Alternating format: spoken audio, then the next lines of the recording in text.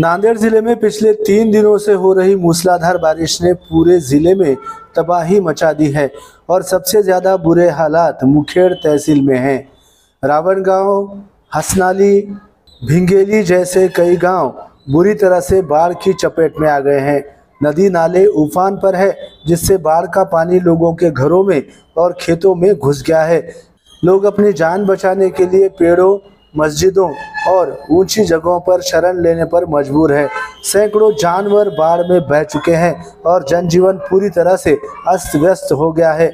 स्थिति की गंभीरता को देखते हुए नांदेड़ जिला प्रशासन ने बचाव कार्य के लिए एसडीआरएफ और राजस्व विभाग के कर्मियों को लगाया है, लेकिन हालात इतने बिगड़ गए हैं कि अब भारतीय सेना की एक टुकड़ी को छत्रपति संभाजी नगर से बुलाया जा रहा है। ऐसी जानकारी जिलाधिकारी राहुल करडिले ने एमसीएन हिंदी न्यूज़ को दी। आसमान से बरसती आफत ने हाहाकार मचा दिया है। बीते 3 दिनों से हो रही भारी बारिश ने मुखेड़ तहसील के कई गांवों को पानी में डुबो दिया है। इसलिए जिला प्रशासन और एसडीआरएफ की टीमें लगातार बचाव कार्य में जुटी है, लेकिन हालात बेकाबू होते देख अब भारतीय सेना को मदद के लिए बुलाया गया है। मुख्यमंत्री ने वीडियो कॉन्फ्रेंसिंग के जरिए हालात का जायजा लिया है, लेकिन पालक मंत्री अतुल सावे इस गंभीर स्थिति में भी विदेश दौरे पर है।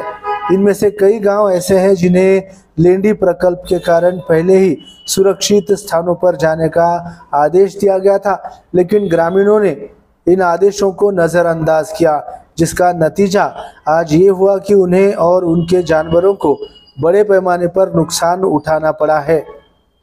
फिलहाल सभी की नजरें बचाव कार्य पर टिकी है, ताकि फंसे हुए लोगों को जल्द से जल्द सुरक्षित निकाला जा सके। आपल्याकडं मुखेड तालुक्यामध्ये लेंडी धरणाचं जे काय प्रभाव क्षेत्र आहे त्याच्यामध्ये काल रात्री प्रचंड पाऊस झाला। विशेषतः जे रावणकोला आहे तिथं 222 mm पाऊस 5-6 तासात झाला। लेंडीला 95 mm झाला आणि अहमदपूर, बिदर या जिल्ह्यातही प्रचंड पाऊस झाल्यामुळं आपले जे प्रभाव क्षेत्रातले जे गाव आहेत त्यामध्ये प्रामुख्याने सर्व गावांना प्रॉब्लेम आला, पण जास्तीत जास्त प्रॉब्लेम हे रावणगाव, हसनाळ, बिंगोली या गावांना समस्या आली आणि जवळजवळ लोक तिथं अडकले होते। 225 लोक रावणगावमध्ये होते, हसनाळमध्ये 7 ते 8 लोक होते, भिंगोलीमध्ये 40 लोक होते। तर काही जे क्रिटिकल लोकेशन्सला एकदम लोक होते त्यांना आम्ही रेस्क्यू केलं आहे। आमची सकाळपासून पहाटे 4:30 पासून आमची रेव्हेन्यूची टीम तिथं हजर आहे आणि एसडीआरएफच्या पथकांनी पण बचाव कार्य सकाळी चालू केलं आहे। त्यामध्ये जे झाडावर अटकलेले जे 8 लोक होते, मशिदीवर 4 लोकांनी आसरा घेतला होता आणि हसनाळला एक बुरुज आहे, त्या बुरुजावर पण 8-9 लोक अडकलेले होते। या सर्वांना आम्ही रेस्क्यू केलेलं आहे। आता जे उर्वरित लोक आहेत ते तसं सध्या सुरक्षित ठिकाणी आहे, परंतु पाण्याने वेढलेले आहेत, तर त्यांना बचाव कार्याचं काम चालू आहे। तर या कामी एसडीआरएफची टीम आहे, पोलिसांची क्विक रिस्पॉन्स टीम पण त्या ठिकाणी पोहोचलेली आहे आणि एक अतिरिक्त मदत आम्हाला लागेलच म्हणून आम्ही बॉम्बे सॅपर्स म्हणून आर्मीचं जे युनिट आहे छत्रपती संभाजीनगरचं, तर त्यांना आम्ही पाचारण केलेलं आहे, ते पण आता पोहोचत आहेत। तर प्रामुख्याने सध्या रेस्क्यूचं काम हेच आमचं प्राधान्याने आम्ही करतो आहे, या लोकांना सोडवणे। दुसरीकडं जी प्राण्यांची हानी मोठ्या प्रमाणावर झालेली आहे, विशेषतः शेळ्या आणि जनावरं जे आहेत हे मोठ्या प्रमाणावर दगावलेले आहेत। याचा आकडा निश्चित करण्याचं काम पशुसंवर्धन विभाग करतो आहे, परंतु संख्या 150-200 पेक्षाही जास्त आहे, तर ते आपल्याला लवकरच कळेल। त्याचसोबत आता पुढच्या ज्या येणारा जो दिवस आहे याच्यामध्ये लातूरला ऑरेंज अलर्ट आहे आणि आपल्याकडं पण वेदर फोरकास्टमध्ये पाऊस आहे। तर यामध्ये विसर्गाचा मॅनेजमेंट मोठा मुद्दा आहे। तर मी जे तेलंगणाचे प्रधान सचिव आहेत जलसंपदाचे, त्यांच्याशी मी संपर्क साधलेला आहे आणि पोचमपाड धरणातून जो होणारा विसर्ग आहे तर त्याला व्यवस्थित मॅनेज करण्यासाठी आमचं चांगलं कोऑर्डिनेशन आहे।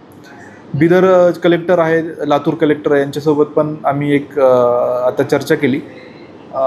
दुर्दैवाने तिकडून येणारा जो फ्लो आहे तो अनकंट्रोल्ड आहे, परंतु तिथल्या ज्या फ्लो लेवल्स आहेत तर त्या वेळोवेळी आम्हाला ते शेअर करत आहेत। परंतु सुदैवाने आता पाऊस थांबला आहे आणि पाणी पातळी थोडीशी ओसरलेली आहे, तर जे उर्वरित जे बचाव कार्य आहे ते आम्ही लवकरात लवकर पूर्ण करू.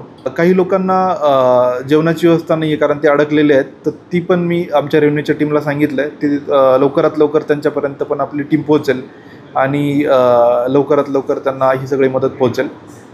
विशेषतः जे प्रभाव क्षेत्रातले जे गाव आहेत पुनर्वसित होते, परंतु त्यांचं स्थलांतरण होणं बाकी होतं. या पट्ट्याला जास्त अडचण आलेली आहे आणि आजच्या दिवसामध्ये हे सगळं कार्य आम्ही पूर्ण करू. सगळ्यांना माझं आव्हान आहे की आपण कुठल्याही अनावश्यक कामासाठी म्हणजे फार अत्यंत क्रिटिकल काय असेल तरच बाहेर पडा. शक्यतो बाहेर पडू नका, घरात थांबा, काळजी घ्या. कारण पावसाचं प्रमाण आपल्याकडं आज सांगितलेलं आहेच, अलर्ट आहे. परंतु त्याचसोबत आपल्या जिल्ह्यामध्ये इसापूर धरणाचा जो विसर्ग आहे तो पण आहे. त्यानंतर पैनगंगा, पूर्णा इकडचा पण आपल्याला आवक वाढलेली आहे.